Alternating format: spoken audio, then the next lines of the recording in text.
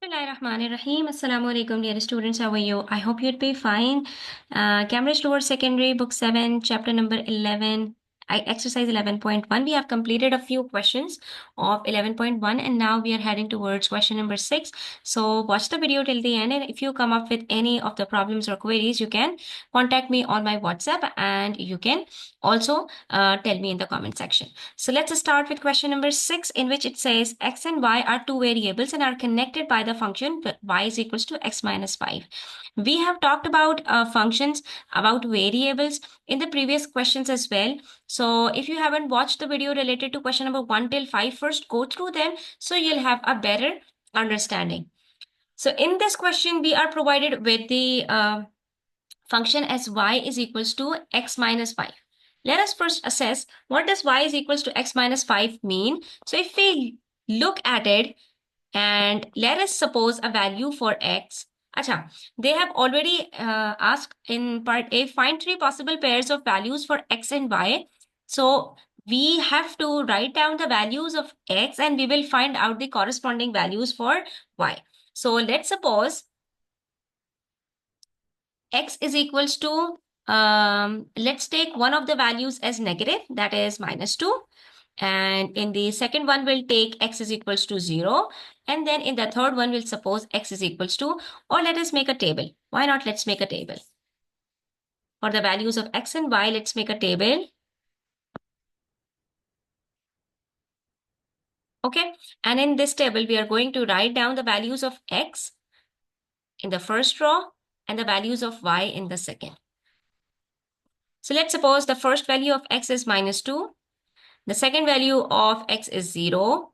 Then a third value is 2. And let's take one value more than 5. That is, let's suppose 7. Okay. And let's see what do we get corresponding y for the values of given x. If the function y is equals to x minus 5, what we have to do, we just have to put down the values of x and we will find out the values of y. Y is equals to x minus 5. So what we are going to do, we'll first put down -2 in place of x. So -2 minus 5 minus plus, we will get -7. It means the value of y would be -7 if the value of x is -2. Then if the value of x is 0, the value of y would be 0 minus 5 is equals to -5. You see, y would be -5. Then if the value of y is, x is 2, the value of y would be 2 minus 5 plus minus. Sign of the greater number would come up. So 5 minus 2 is 3. It would be -3. And then the last one, if suppose x is equals to 7, then 7 minus 5 is equals to 2. So from here, we can say that the values of y are 5 less than the value of x. Do you understand this function? That y is equals to x minus 5. It means y is 5 less than x. This is how we make the expressions. Okay. So give 3 examples of what x and y could represent. Now we have to give 3 examples of what x and y could represent. How we can represent it? So the situations could be like Lara is 5 years younger than Sarah, or a notebook cost $5 less than a diary. The length of a rectangle is 5 centimeter less than its width. You see, in each of these situations, in each of these statements, some things are in common. 5 years younger, $5 less than, similarly 5 centimeters less than. And you see, the first quantity would always be y and the second quantity would be x. Lara is equals to y. A notebook is equals to y. The length is equals to y, right? So this statement tells us that Lara is means Lara is equals to 5 years younger means -5. Then Sarah means s minus 5. Similarly, a notebook costs $5 less than a diary. $5 less means minus 5. Then a diagonal means x minus 5. Similarly, the length of a rectangle is 5 centimeter less than its width. So length of a rectangle is is y.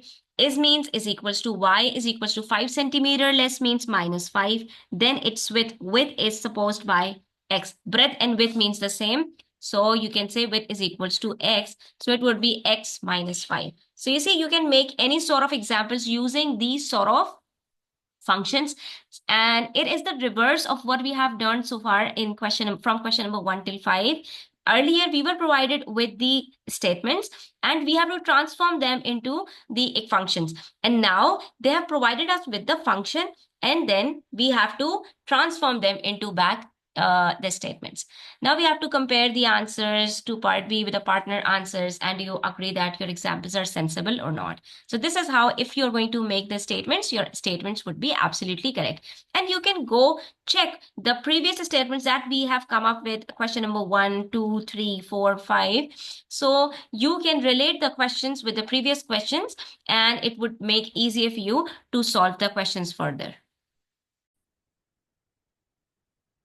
Now let's move to question number 7, which says a liter of petrol cost US dollars 150. It means 1 liter is equals to $150. Now let us first try to understand what it means. 1 liter petrol is equals to $150.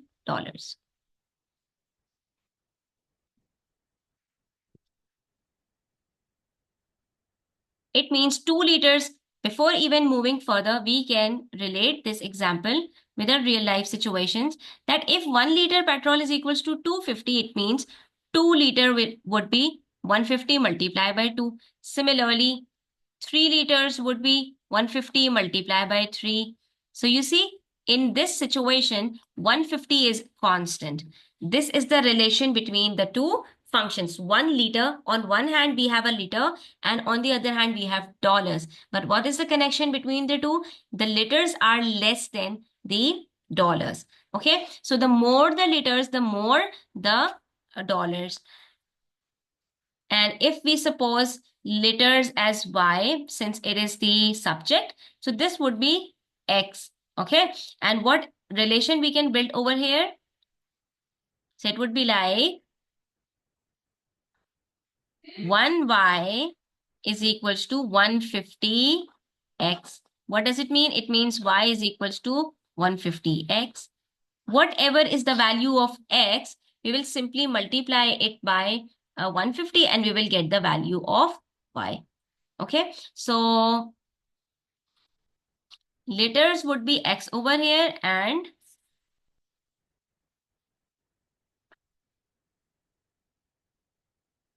dollars would be y. So if we have to find out the number of dollars, what we have to do? We have to multiply the number of liters by 150. But if we have to do the reverse, we will divide it by 150. This is the relation between the functions. Now, they're saying in part A, work out the cost of 10 liters of petrol. So if there are 10 liters, what we will do, we will simply multiply. Since 1 liter is equals to 150, so 10 liters would be 150 multiplied by 10. That's it. And if you multiply any number by 10, only 10 gets added. So it becomes $1,500. You see, now we have to write down a function to show the cost y dollars of x liters of petrol. So if we have to write it down like the cost is y dollars, we have to suppose the dollars in as y. So y is equals to x liters, it would be 150x. How we did that? We suppose that the value of liters is x and the dollars is y. So if there is only 1 liter, what are we doing? We are multiplying it by 150. If there are 2 liters, what are we doing? We are multiplying 2 by 150. If there are 3 liters, we are multiplying 3 by 150. Similarly, if there are x liters, we will multiply it by 150. So what we have to do? We have to multiply the number of liters by 150 to get the number of dollars correspondingly. Do you understand? This is why the function would be y is equals to 150x. So the relation between y and x would be of 150x. Okay. Now you have to exchange 10 euro for 210 peso. There are two different currencies and this is called the exchange rate. So they have not provided us with how many peso are we going to get in return of 1 euro. So first we have to find out the exchange rate in terms of 1 euro. Acha, euros are less and pesos are more. It means for a few euros we will get more peso. So what are we going to do? We are going to make euros as y and pesos as x. Okay, this is how we are going to build the function. For this, what we have to do, since 10 euros is equals to 210 peso. So if we have to find out the amount of pesos in 1 euro, what do we have to do? First, we will divide 210 by 10. What do we get?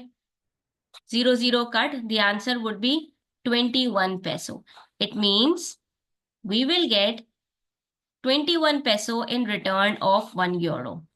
So from here, we can build the relation that 1 euro is equals to 21 peso. And you can relate it using the common sense that since euros are less, pesos are greater. It means if we have to convert 210 peso from 210 peso to the number of pesos in 1 euro, what do we have to do? We will have to divide. If we are provided with number of euros, we will multiply since it is smaller. Whenever we move from small quantity to greater quantity. For example, we are provided with the amount of euro. 1 euro is equals to 10 peso. So if we have to convert euro into peso, we will simply multiply. Let us suppose 1 euro is equals to 10 multiplied by 2. Similarly, 3 euros is equals to 10 multiplied by 3. So what are we doing? Since 10 is the constant, so what are we doing? We will simply multiply the number of euros with 10. But what if we are provided with pesos? So what we will do? We will do the reverse and we will keep it as 10 peso is equals to 1 euro. And if we have to find out that how many euros can we get in term of pesos, so what we will do? First, we will find out that is how many euros can we get in return of 1 peso. So it would be 1 upon 10 euros. And now we can easily find out for 2 pesos, we are going to get 2 upon 10 euros. You see, what are we doing? If we are moving from euros to pesos, we are multiplying. But when we are doing the reverse, from pesos to euros, we are dividing with the same quantity, that is 10. Whatever the number of pesos are given. Why? Because euros are smaller and pesos are greater. So if we will move from euros to pesos, that is, if we have to calculate the number of pesos, we will always multiply it by 10. And if we have to calculate the number of euros, that is, we are calculating euros over here. So what we will do, we will divide the number of pesos with 10. Okay? So if we have to calculate that how many pesos are we going to get in exchange for 1 euro? So 1 euro is equal to 21 peso. We can write it over here as euro 1 equals to 21 pesos. You see? And now we have to write down a function to show the relationship between y pesos and x euros. So we can say that y, acha. Before writing it in terms of y, let us write that 1 peso is equals to 1 upon 21 euros.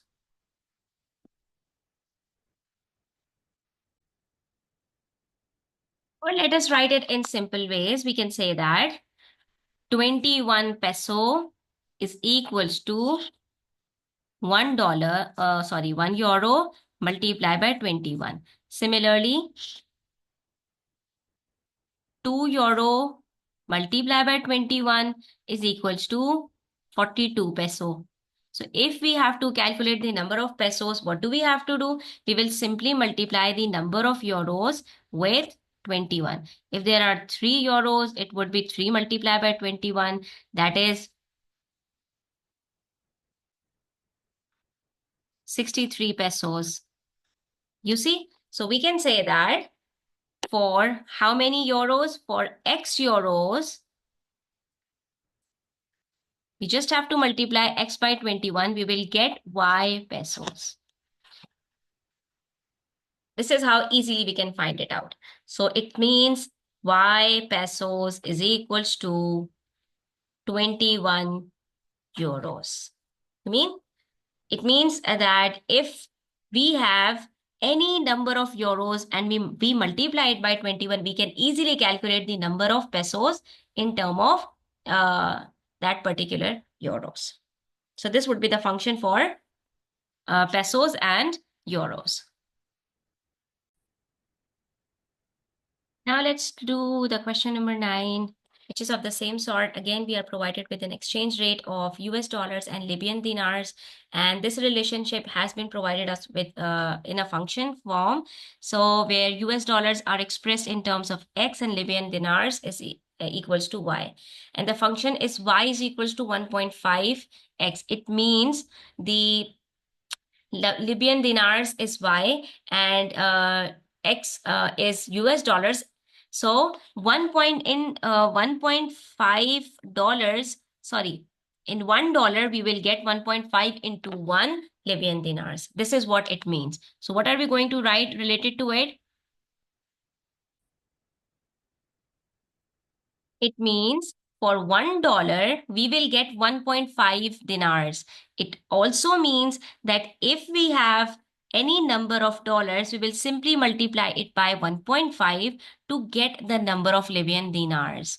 Okay, so if we have to convert the number of dollars into Libyan dinars, we will multiply by 1.5 because US dollar is smaller in terms of number and Libyan dinars are greater in terms of number. Whenever we travel from smaller quantity to greater quantity, we always multiply with the given constant. Since the constant over here is 1.5, so every time we are provided with US dollars, we will simply multiply them by 1.5 dinars. Earlier in the question, there were 21 pesos against 1 euro. So every time we are provided with number of euros, we will multiply number of euros with 21 to get the number of pesos. Similarly, if we are provided with number of dollars, we will multiply the number of dollars with 1.5. I repeat, we will multiply number of dollars with 1.5 to get the number of Libyan dinars.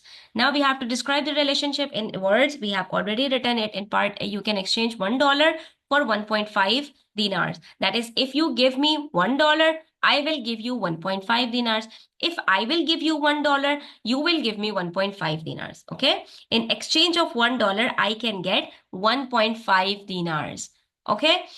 Then we have part B, in which explain how you would calculate the value of US dollars 570 in dinars. Now we are provided with US dollars and we have to convert them into dinars. So what we will do, we will simply write it as, either write it in the form of function, that is Libyan dinars is equals to 1.5x.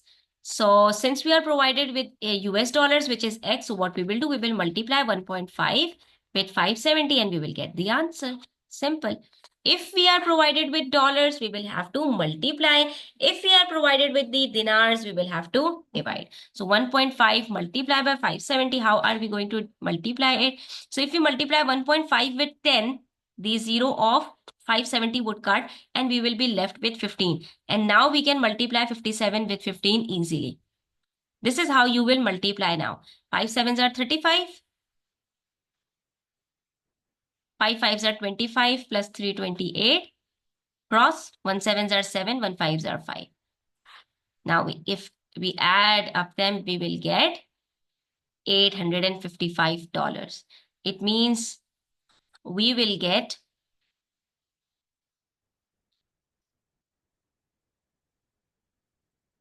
how many dinars we will get?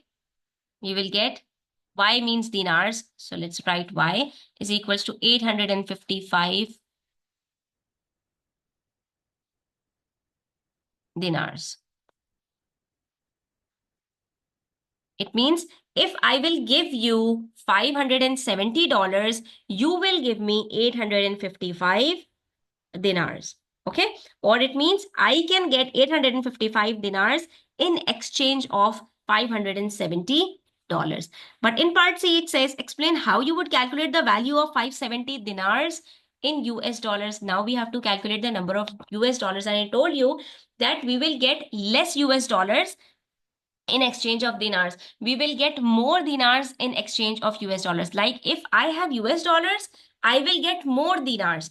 But if I have dinars, I will get less US dollars. This is what exchange rate tells us. So if I have to convert 570 dinars in US dollars, what will I do? I will use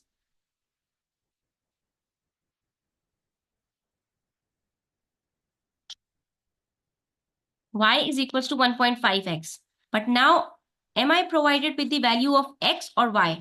Y is equals to Libyan dinars, and I'm provided with dinars. So in place of y, I'm going to write 570 now.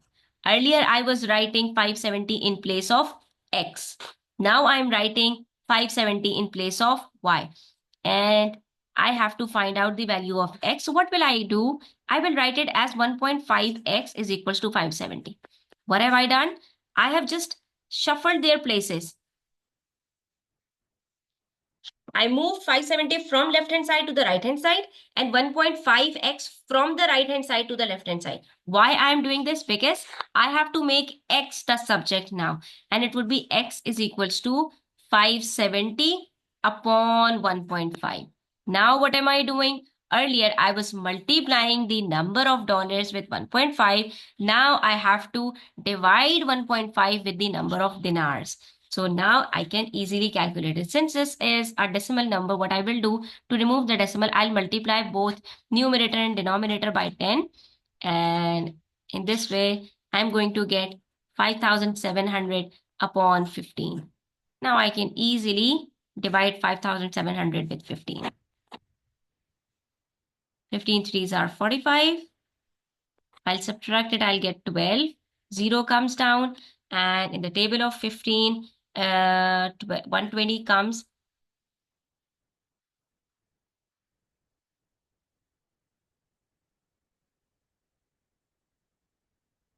Fifteen zeros are 0. So it means we will get $380 in return of 570 dinars. You see, we are getting less dollars in exchange of more dinars. If we have dinars, we will get less dollars. This is how you will relate these type of questions. If we have dollars, we will get more dinars. I repeat, if we have dollars, we will get more dinars. If we have $1, we will get 1.5 dinars. We are getting more than 1 dinars. If we have 1.5 dinars, we will get less than $1.5. That is only $1. This is how we have to try to find out the answers. Okay, students, and you can see that it's visible that since we had dinars, 570 dinars, so we should get the answer less than 570 dinars. We cannot get more dollars than 570. If we have 570 dinars, we cannot get 580 or 600 or $700. The answer would be wrong. This is how you can relate the question. So here we have completed this exercise. Now we are going to start 11.2 and so on. Watch the video till the if you haven't subscribed my channel, do subscribe to my channel. And if you like the video, please hit the like button. Take care. Allah Hafiz.